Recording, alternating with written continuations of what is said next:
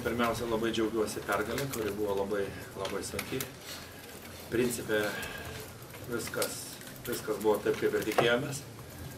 Puikus žiūrovų palaikymas savos komandos, geras žaidimas ir aišku, mūsų pataikymas šiandieną buvo labai nekoks, todėl buvo labai sunku užpulti prieš aikštę, labai prametėm daug tokių savų lengvų metimų ir tokie snaiperiai kaip Teodosičius, Šikauskas ar kiti ir tai sudarė papildomų problemų, bet yra kaip yra, džiaugiuosi dar kartą pergalę, džiaugiuosi geromis rungtynėmis ir ką, reikia žiūrėti toliau.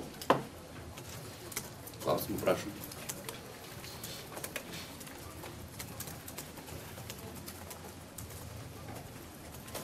Ar tokio žaidimo kaip šiandien užtektų Eurolygos finalo ketvirtfinalio? Nu, sunku pasakyti, kokio žaidimo užtektų kaip šiandien.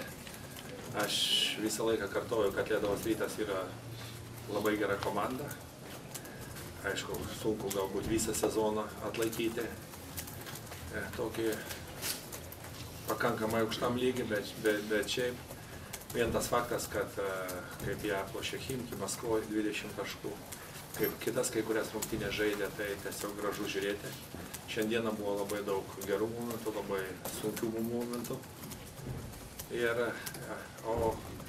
O kalbėti, kaip ten bus Eurolygoje, ten bus kitos rungtynės, bus kitą dieną, kiti varžovai, viskas kitaip bus.